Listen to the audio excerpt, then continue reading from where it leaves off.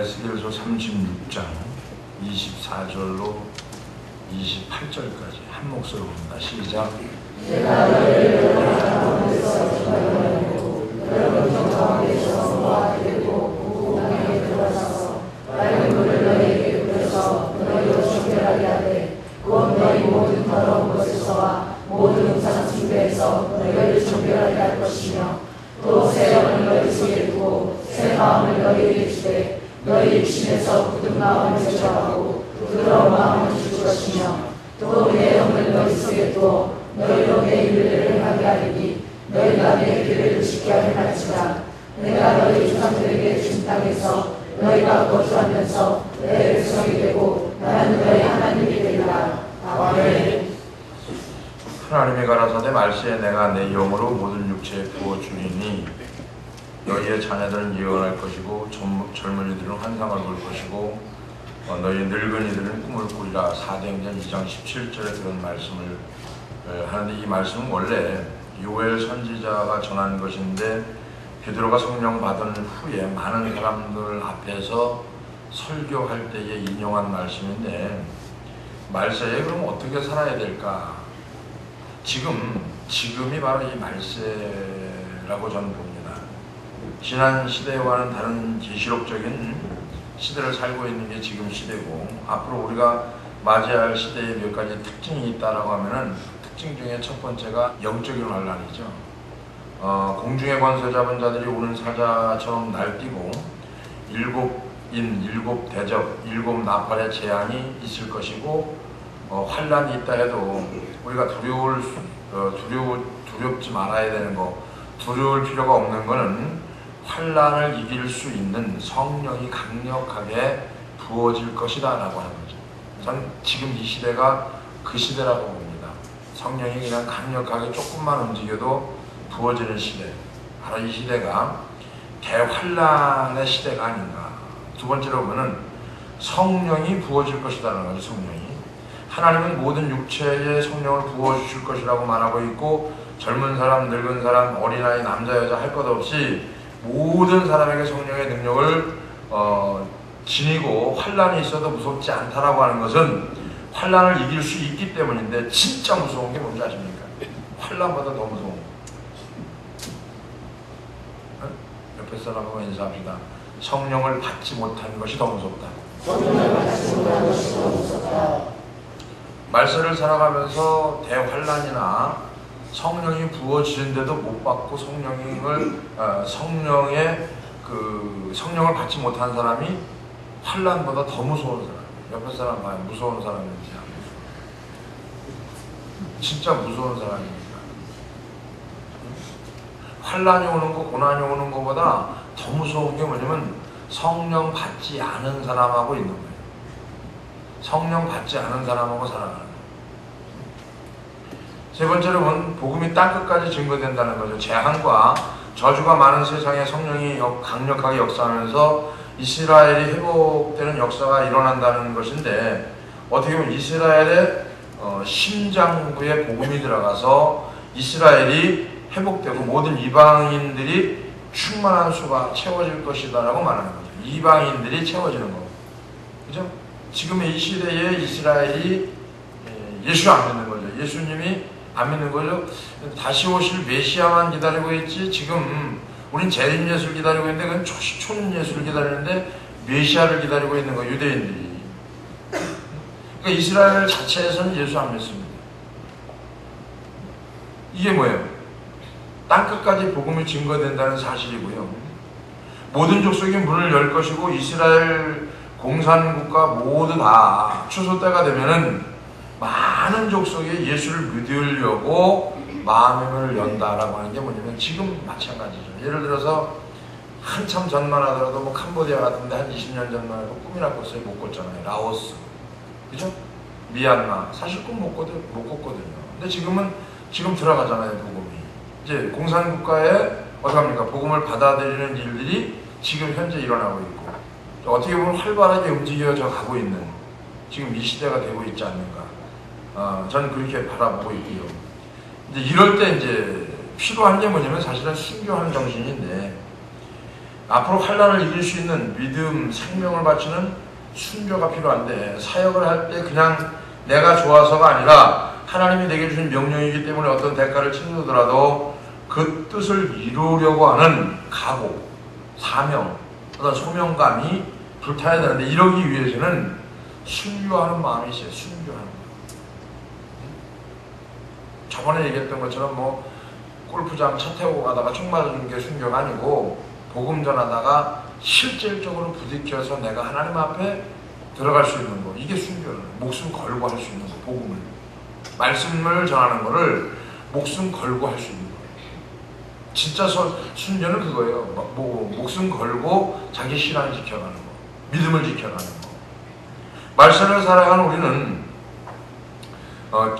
기도해야 되는데, 말세에 두드러지게 나타나는 현상이 뭐냐면은 각 교회마다 기도 안 한다는 거예요. 기도. 우리 가만히 생각해 보세요. 70년대, 80년대, 90년대, 2000년대를 바라보면은 기도하던 시대가 언제입니까? 70년대죠. 그죠? 80년대죠. 근데 말세가 된 당시의 증상들을 보면은 교회들이 기도 안 한다는 거예요. 기도하면 이상한 거예요. 하나님이 귀를 먹었다는 거예요. 조용히 해도 듣는다는 거예요. 하나님 중심을 살피지 떠든다고 듣는 게 아니에요. 제가 자꾸 그럴 것 같고 맞는 것 같은데 어떡합니까? 세속적 복음주의가 들어와서 사람의 마음을 미혹시켜 버리는 거예요. 못하게 주저앉혀 버리는 거예요. 부르짖고 기도해야 되는데도 불구하고 기도 못하게 하는 거예요.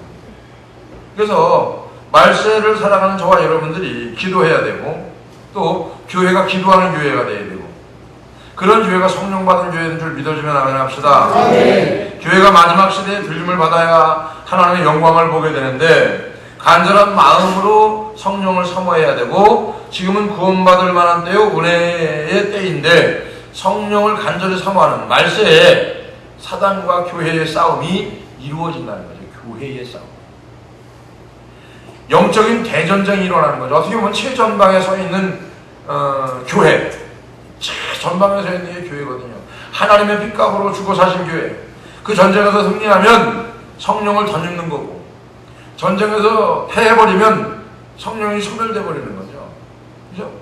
자, 보세요. 이제 최전방에 있는 교회의 역할이 어떠했는가? 최전방에 있는 교회가 하나님의 피로 값주고 사신 교회가 기도하고, 기도하는 교회, 기도하는 성도, 할렐루야. 아멘. 지금 시대에 기도하는, 그 기도를 안 하잖아요. 교회의 성도들이 한 명 한 명 살아나면 교회가 비로소 거룩해지기 시작하고 순결해지기 시작하고 살아나기 시작을 한다는 거죠. 한 사람만 변화를 받기 시작을 해도요, 교회가 살아나기 시작합니다. 아멘. 할렐루야. 아멘. 바로 교회가 살 때, 죽지 않고 살 때 하나님이 승리하는 거고, 오늘날과 비슷하게 혼란스러웠던 시대가 어떤 시대냐면 에스겔 시대거든요. 하나님이 우리들에게 어떻게 회복시키는지를 보여주는 게 오늘 이 본문인데, 혼란의 시대에 하나님의 계시가 에스겔에게 임합니다. 에스겔은 지금부터 약 2500년 전에 살았던 사람인데, 당시 이스라엘 주변 정세로 보면은 오늘같이 극도로 혼란한 시대, 진짜 혼란한 시대거든요. 초강대국인 아수르, 바벨론, 애굽, 이 세 나라가 각축전을 벌이면서 이스라엘이 이 세 나라에 끼어드는 거죠. 엄청난 피해를 보고 있던 약소국 중에 하나가 뭐냐면 이스라엘이거든요. 아수르, 바벨론, 애굽이 밟고 지나가는 이스라엘은 마치 어떻게 보면 태풍 앞에 놓인 촛불과도 같았다. 그러다가 결국 주전 580년 전에 많은 사람이 바벨론의 포로고 잡혀가서 32년간 포로 생활을 합니다. 에스겔도 그중 한 사람이었고, 그는 잡혀간 지 5년 되던 어느 날 밤 강가에 한없이 우는 거죠. 하나님, 왜 이스라엘 백성이 이렇게 망해야 됩니까?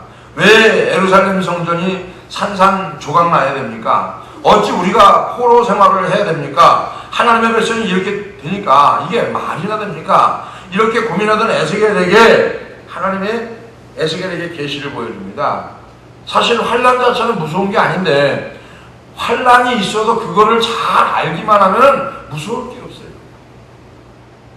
환난이 무서운 게 아니라 환난이 오는 데를 모르니까 무서운 거죠. 모르니까.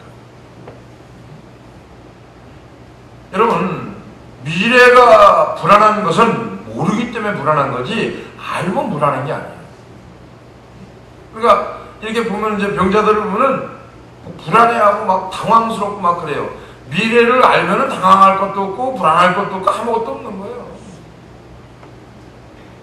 모르니까 불안해하는 거예요. 모르니까.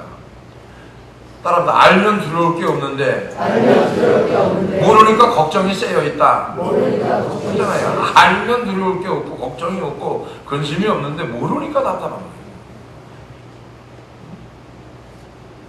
에스겔도 처음에는 자기 민족에 당하는 고통의 의미를 몰랐는데 그것 때문에 고민을 했는데, 그러나 이제 그 의미를 알게 되었고, 그러면서 에스겔 선지자가 예언을 합니다. 에스겔에 나타나는 메시지를 보면 세 가지로 요약할 수가 있는데, 첫째, 하나님이 이스라엘 백성을 포로로 잡혀가게 했다는 거예요. 성전이 파괴되도록 하신 이유는 이스라엘 백성이 하나님께 범죄하고 우상을 숭배했기 때문이라고 에스겔 선지자에게 하나님이 계시합니다. 백성들은 하나님을 섬기는 척했지만 속으로는 딴짓을 했거든요. 네가 입으로는 나를 섬기나? 네 속마음은 딴짓을 한다는 거예요. 딴짓을. 지금 이 시대가 그런 걸 뭐라고 그러니까 환란의 시대라고 말하는 거예요. 환란의 시대.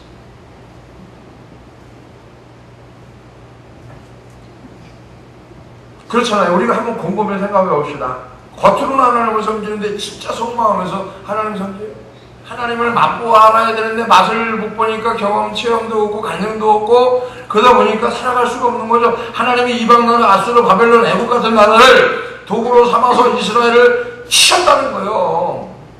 하지만 하나님이 여기서 끝나지 않으시고 아수르, 바벨론, 애국을 다시 에스겔서 25장에 보니까 35장까지 쭉 하면서 하나님이 다시 그 이방 나라를 칩니다. 무슨 얘기예요? 33장부터 48장까지가 회복에 대한 예언을 에스겔이 하는 거예요. 즉 하나님은 이스라엘을 징계하고 심판했지만 그들이 회개하고 돌아오면서 다시 회복시키시고 민족적 부활을 주시겠다고 약속한 걸 여러분이 믿기를 주의 이름으로 축원합니다. 무슨 얘기냐면은 자기 백성을 회복시키기 위한 하나님의 방법이 뭐냐 이거죠. 방법이. 그 방법이 뭐냐면은 포로로 잡혀가게 하는 거예요. 그 방법이 뭐예요? 성전을 파괴시키는 거죠. 방법이 이 백성을 좀 끌어당겨야 되는데 돌아오게 해야 되는데 방법이 도저히 나오지 않아요. 우리 한번 가만히 생각해 보세요. 가만히 한번 생각해 보시죠. 오늘 본문을 통해서 우리가 알아야 되는 거. 성전이 와 파괴됐는지. 무너진 것만 얘기하면 이거 한국 교회 지금 성전 다 파괴된 거하고 똑같거든요. 심령 성전 다 파괴됐거든요. 그 이유가 뭐예요? 이유. 그 다음에 포로로 잡혀있어. 포로로. 여러분은 심각하게 안 받아들일지 모르지만 스마트폰 포로입니다. 여러분. 스마트폰에 포로라니까 지금. 활용해 쓰는 사람이 전부 다 10%도 안 되는 것 같아요. 10%.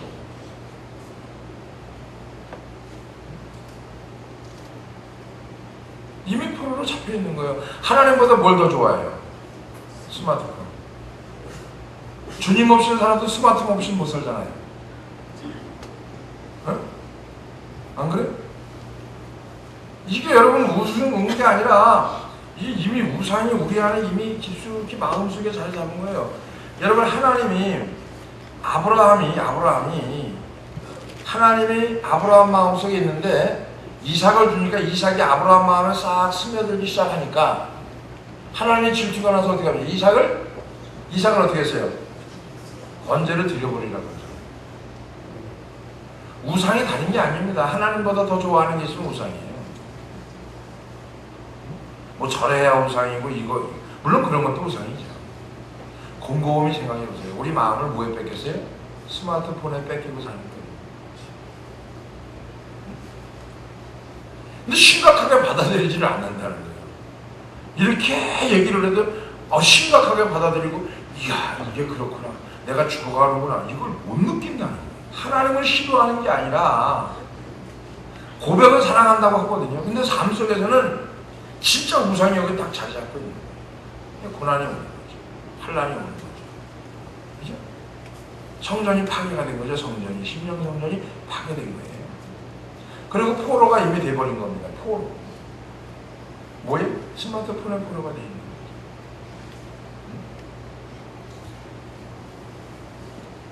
하나님은 이스라엘을 징계하고 심판했지만 그들이 회개하고 돌아오면 다시 회복시키시고 민족적 부활을 허락해 주겠다고 약속을 합니다.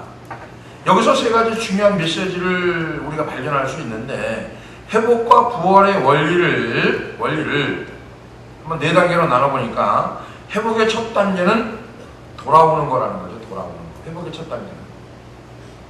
두 번째 단계는 회개하는 마음이라는 거예요. 세 번째 단계는 회개한 마음을 가지고 아버지 품으로 다시 가고자 하는 첫사랑의 회복이라는 거죠. 첫사랑의 회복은 하나님의 흩어진 백성을 모으는 데서부터 시작이 되는 거죠. 하나님의 흩어진 백성을 이렇게 모으는 데서부터. 에스겔서 36장 24절이 그거죠. 내가 너희를 열국 중에서 취하여 내가 열국 중에서 모아 내리고 고토에 들어가서, 하나님은 포로로 잡혀간 이스라엘 백성들을 취하여 내겠다고 말을 하고 나서 이스라엘 백성들은 스스로의 힘으로 포로에서 해방되지 못하는데, 하나님이 바벨론, 아수르, 애굽을 징계하시고 이스라엘을 괴롭히던 악한 세력을 물리쳐 주셔야만 회복할 수 있는데, 하나님은 초자연적인 기적으로 이스라엘을 그들의 고토로 돌려보내겠다 다시 말하는 거죠. 회복이라는 건 뭡니까? 이 얘기를 보면 고향으로 돌아가는 게 회복이에요. 우리가 회복이 뭡니까? 에덴으로 돌아가는 거예요. 우리가 회복이 뭡니까? 첫사랑으로 돌아가는 거예요. 우리가 지금 회복은요, 내가 예수 믿는 첫사랑, 하나님의 은혜를 받았던 그 자리로 돌아가는 거예요. 그게 회복이에요. 그게 뭐예요? 내가 은혜 받은 자리로 돌아가는 거, 그게 고향으로 돌아가는 거. 고향으로 돌아가는 건 뭡니까? 아버지 집으로 다시 간다는 의미가 있는 거죠. 그죠? 아버지 품으로 돌아오기를 바라는 거. 무너지고 빼앗겼던 것이 다시 회복되어지기를 주의 이름으로 축원합니다. 이런 거죠. 잃어버렸던 거, 건강이, 기업이, 잃어버렸던 가정이 회복되기를 바라는 거. 말세에 이스라엘 백성들이 그의 땅으로 다시 돌아가듯이 저와 여러분들에게도 회복이 있기를 주의 이름으로 축원합니다. 그 이유는 잃어버렸던 은혜를 다시 되찾는 거, 잃어버렸던 것을 다시 찾는 것이 저와 여러분들의 회복이에요. 내가 잃어버린 은혜가 있으면 이걸 다시 찾는 게 나에게는 회복이고, 보이지 않는 족쇄에 탁 채워갖고 포로가 되어 있는 거예요.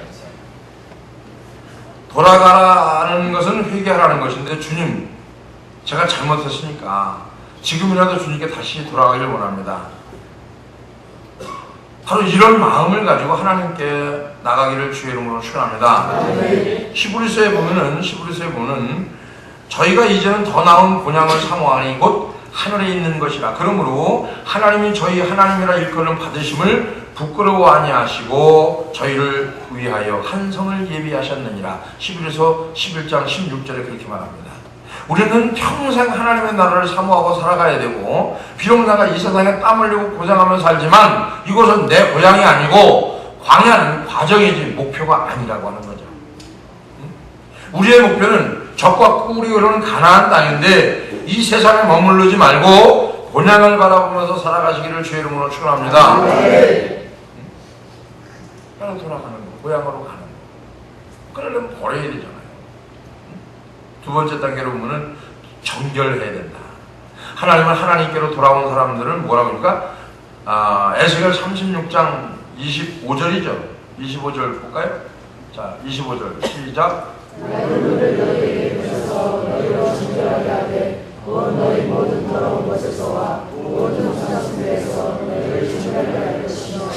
돌아온 탕자를 위해서 아버지는 가락지, 새옷, 서신발을 준비했던 것처럼 아버지는 종들에게 이르되 제일 좋은 옷을 내어다가 입히고 손에 가락지를 끼우고 발에 신을 신기라. 그리고 살찐 송아지를 끌어다가 잡으라. 우리가 먹고 즐기자. 내 아들은 죽었다가 다시 살아났으며 내가 잃었다가 다시 얻었노라 하니 저희가 즐거워하더라. 누가복음 15장에서 말하는 거죠. 하나님은 돌아보는 자에게 새 옷을 주고 잔치를 베풀어 준다는 거죠. 죽었다가 살아났으니까. 하나님 우리가 더러운 것에서부터 정결하기를 원합니다. 우리 몸과 영 안에 더러운 것이 있다면 예수 그리스도의 이름으로 씻김 받는 저와 여러분이 되어지길 바랍니다. 하나님은 더러운 그릇에는 절대로 뭘 담아주진 않는다는 거예요. 더러운 그릇은. 더러운 것은 줄 수가 없는 거예요. 그러니까 그런 거죠. 먼저 더러운 것을 제거해야 되고, 더러운 생각, 하나님이 기뻐하지 않는 것들, 사람들은 모를지라도 하나님은 다 알고 있는 거, 더러운 것을 제거하시기를 주의 이름으로 축원합니다. 우상이라는 거죠. 우상, 제거하는 거. 우상, 그죠? 우상, 하나님보다 더 사랑하는 것들, 돈, 권력, 건강, 성공 모두 다 제거해버리고 하나님 앞에 더 가까이 가기를 주의 이름으로 축원합니다. 이스라엘 백성들이 우상 숭배에 깊이 빠져 있었기 때문에 포로로 잡혀가게 된 거죠. 그죠? 그러니까 우상 숭배에 깊이 빠져버리니까 거기에 포로로 잡혀가는 거죠. 자, 보세요. 스마트폰이 우상이 돼버리니까 스마트폰에 포로가 돼버린 거죠. 이해가 되세요? 그렇게 얘기하니까 뭐가 우상인지. 그냥 전화나 받고 뭐 심심할 때 한두 시간, 하루에 한두 시간 정도 뭐 게임이나 하고 노는 건 뭐 그건 전혀 문화를 즐기는 거고 건강한 거죠. 건전한 거고 건강한 건데, 이거는 스마트폰이 6시간, 7시간, 4시간 있으면 이게 뭐 이렇게 게임한다니, 이거는 중독 걸린 거 중에 이건 불가능이라고 그러죠. 불가능. 진짜 불가능한 거예요. 제가 볼지. 저는 그렇게 생각합니다. 여러분들이 진짜 이거를 중독이 됐는지 안 됐는지 테스트를 한번 해보시면 돼요. 테스트. 제가 진짜요. 옆에 사람 얼굴 봐봐요. 중독된 사람인가 아닌가. 이건 마약 중독된 것보다 더 힘든 것 같아. 이게 마약 중독되는 거는 이게 자기가 느껴서 알고 죽는다는 걸 아니까 끊을 수 있는 희망이 생기는데, 스마트폰을 해다가 죽는 사람은 없다고 신문하는 게 없으니까. 스마트폰에다 죽었다는 사람 신문하는 거 있어요? 없답니다. 하나님 우리가 더러운 곳에서 정결해지길 원하고 있고, 우리 몸과 영 안에 더러운 것이 있다고 하면은 예수 그리스도의 이름으로 예수께로 씻김 받기를 주의 이름으로 축원합니다. 그래서 몸과 마음, 생각이 깨끗해야 되고, 나뿐 아니라 내 가정, 교회 다 깨끗해야 된다는 얘기죠. 그러기 위해서는 성령으로 마음을 새롭게 해야 된다. 자, 26절입니다. 26절 시작. 또 새 영을 너희 속에 두고 새 마음을 너희에게 주세. 너희 육신에서 그 마음을 제거하고 그런 마음을 줄 것이며. 할렐루야. 하나님은 성령으로 마음을 새롭게 했고 회개하고 정결해졌다고 하면은 그 다음은 성령으로 마음이 새로워져야 된다. 바울은 그래서 뭐라고 하냐면, 누구든지 그리스도 안에 있으면 새로운 피조물이라, 이전 것은 지나갔으니 뭐한다? 보라 새 것이 되었다. 할렐루야. 새로운 피조물이 되려면 하나님의 새 영을 부어주셔야 되고, 새 영이 부어질 때 어떻게 된다? 새 마음을 가지고 있어야 된다. 자, 물을 부어줄 때 컵이 어떻게 된다? 더러워 있어야 된다? 아니요. 새로워져야 된다. 깨끗해 있어야 된다. 그래야 물이 여기다 부어질 거 아니냐. 오늘 그 말씀이 그 말씀이에요. 여기. 새 마음은 굳은 마음이 아닌 부드러운 마음이라고 얘기하는 것이고, 사나운 마음이 부드럽게 되고 병든 마음이 건강해지고 더러운 마음이 깨끗해지길 바란다고 하면은 하나님은 그 사람을 정결하기 때문에 쓰신다라고 하는 거예요. 쓰신다. 우리의 상처난 마음이 치유되고 분노하는 마음이 평온해지길 바란다고 하면은 이런 마음을, 분노하는 마음, 상처난 마음, 그죠? 이 마음이 평온해지길 원하면 하나님께서 거기다가 평온하게 되어지고 정결하게 되어지면은, 여기 이럴 때 옥토 같은 마음이고 이 마음에다가 30배, 60배, 100배를 채우는 거예요. 믿어집니까? 네. 그래서 신명기 1장에 있는 말씀이 그 말씀이거든요. 현재보다 몇 배, 1000배를 채우신다. 상상을 초월하는 거니까 내 마음이 어떻게 된다? 치유되고 이제 치유된 상태, 분노하는 마음이 평온해지는 거. 그래서 30배, 60배, 100배의 수확을 거둘 수 있는 것처럼 부드러운 마음을 가질 때 성령의 열매가 더 많이 맺히게 돼 있고 마음에 박힌 돌멩이를 모두 캐내야 되는데 마음에 박힌 돌멩이가 뭐냐 이거죠. 상처라고 하는 거죠. 그죠? 문제, 어떤 사건 이런 거가 될 수 있잖아요. 이거를 빨리 치유해야 되는 거죠. 용서하지 못하는 건 사랑하지 못하는 거니까 사랑하지 못하는 건 용서하지 못하는 거니까 용서하고 사랑을 구해야지 마음이 치료가 되는 거. 할렐루야. 응? 그래서 성령으로 말미암아 새 마음을 가져야 된다. 할렐루야. 그래서 에스겔은 마음에 대해서 뭐라고 얘기합니까? 11장 에스겔서 11장 19절에 보니까 내가 그들에게 일치한 마음을 주고 그 속에 새 신을 주며 그 몸에 굳은 마음을 제하고 부드러운 마음을 주어서라고 적었습니다. 아마 이스라엘 백성들이 마음이 무척이나 강팍했던 것 같아요. 에스겔서 18장 31절에 보니까 너희는 범한 모든 죄악을 버리고 마음과 영을 새롭게 할지어다. 이스라엘 족속아 너희가 어찌하여 죽고자 하느냐. 우리하고 너무나 똑같은 말씀이 에스겔서 18장 이 말씀입니다. 한번 읽어봅시다. 자, 시작. 너희가 범한 모든 죄악을 버리고 마음과 영을 새롭게 할지어다. 이스라엘 족속아 너희가 어찌하여 죽고자 하느냐. 야, 이스라엘 속에다 자기 이름 놓고 한번 읽어봐요. 아주 기가 막힙니다 이게. 한번 자, 해봐요. 시작. 너희가 범한 모든 죄악을 버리고 마음과 영을 새롭게 할지어다. 지어나 너희가 어찌하여 죽고자 하느냐. 왜 그래? 다시 해봐. 다시. 자, 자기 이름 놓고 시작. 너희는 너희가 범한 모든 죄악을 버리고 마음과 영을 새롭게 할지어다. 지어나 너희가 어찌하여 죽고자 하느냐. 할렐루야. 새롭죠? 그러니까 너희는 에다가 자기 이름 넣으면 더 새로워요. 아, 진짜라니까요, 여러분. 그러니까 때로 예수를 오래 믿었다는 사람이 오히려 마음이 강팍한 거를 보는데 우리 주변에도 예수를 믿기는 하지만 마음이 굳고 심술이 많고 고약한 사람이 많잖아요. 그죠? 옆에 사람 마음이 굳고 심술이 많고 참 고약한 사람 바로 당신입니다. 근데 그 소리가 적어져요.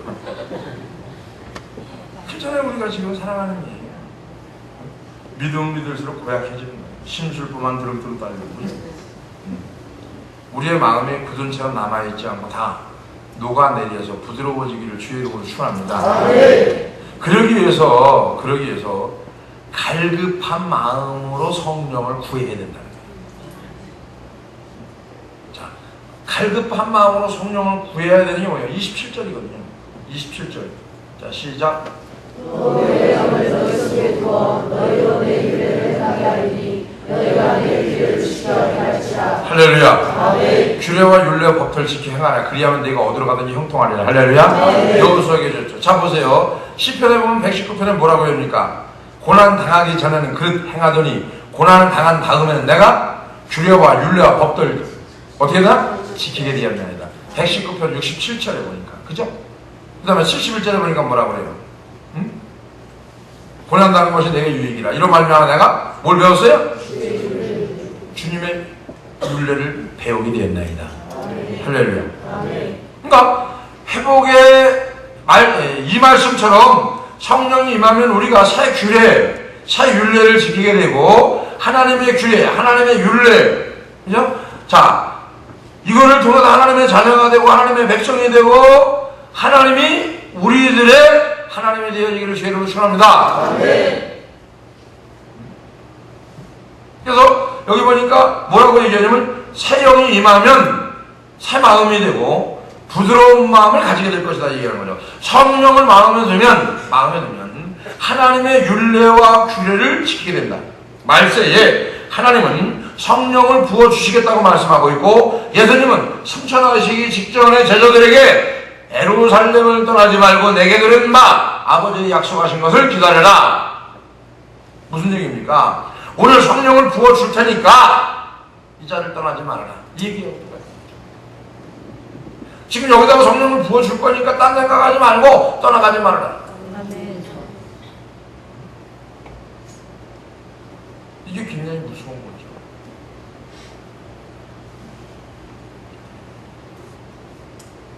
내 생각대로 내 방법대로 하고 있기 때문에 하나님께 나가지 못하는 거죠. 하나님께 나가지 못하는 이유는 내 방법대로 내 생각대로 살고 있기 때문에 못 나가는 거예요. 성령이 임하면 은사가 나타나게 되어 있고요.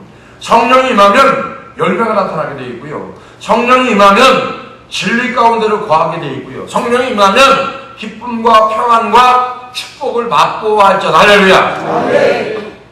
그러니까 갈라디아서 5장 16절에 보니까 육체의 소욕이 아닌 성령의 소욕을 따르라. 이렇게 따르라. 육체의 소욕이 아니고 성령의 소욕을 따라가라. 근데 성령의 소욕을 따라가면 우리가 너무 연약한 거죠. 성령을 의지하지 않고는 안 되는 거죠. 성령을 의지하려니까 말씀을 의지하지 않고는 안 되는 거고, 말씀을 의지하려니까 말씀을 모르면 안 되는 거고, 오늘 새벽에 말씀드린 것처럼 호세아에서 하나님을 어떻게 한다? 힘써 알자. 할렐루야. 그분이 어떻게 합니까?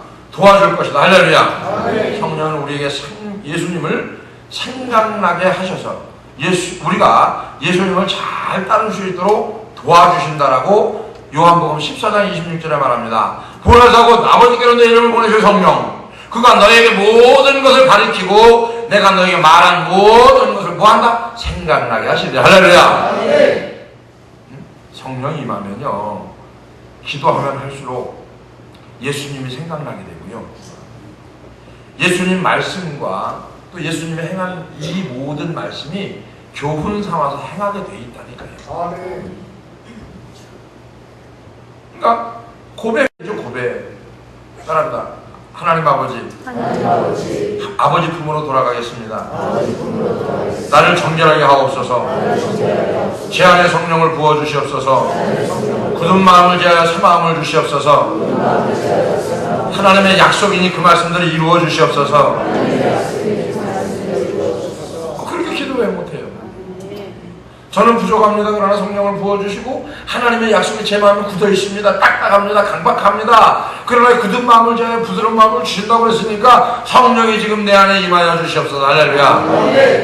막 부르짖는다고 되는 게 아니고요. 주님, 부드럽게 제 마음에 임해 주세요. 전 답답합니다. 굳어졌거든요. 마음이 딱딱했어요. 돌박 같거든요. 주님 지금 오시지 않으면 제가 죽을 지경입니다. 주님 제 마음에 찾아와 주시옵소서. 문을 끄고 조용히 고백하면요, 옆에서 눈물 안 나면 바늘로 뚫어라. 옆에 사람 바늘 좀 빌려줘라. 옆에 사람 눈물 날 때까지 기도하자. 눈물 날 때까지. 자꾸 이상한 허구한 거 보려고 하지 말고요, 눈물 날 때까지, 새 마음이 들 때까지, 율례와 새 규례를 지켜 행할 때까지, 충만히 나를 성령으로 채워주실 때까지. 그죠?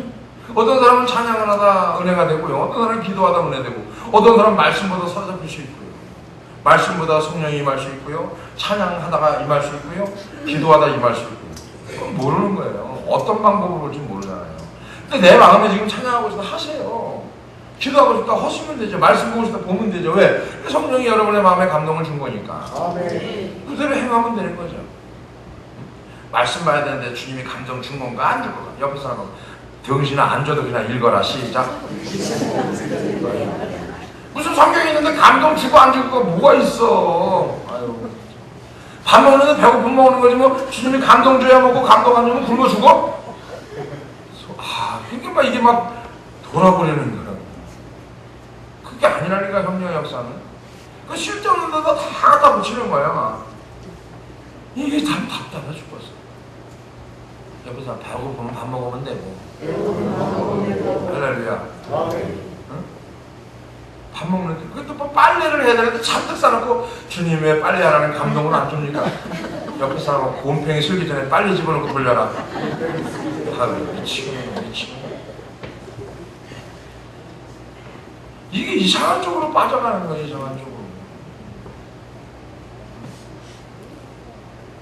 그게 아니라니까요. 예수 믿는 거는요, 그냥 기본을 가는 거예요. 기본이고.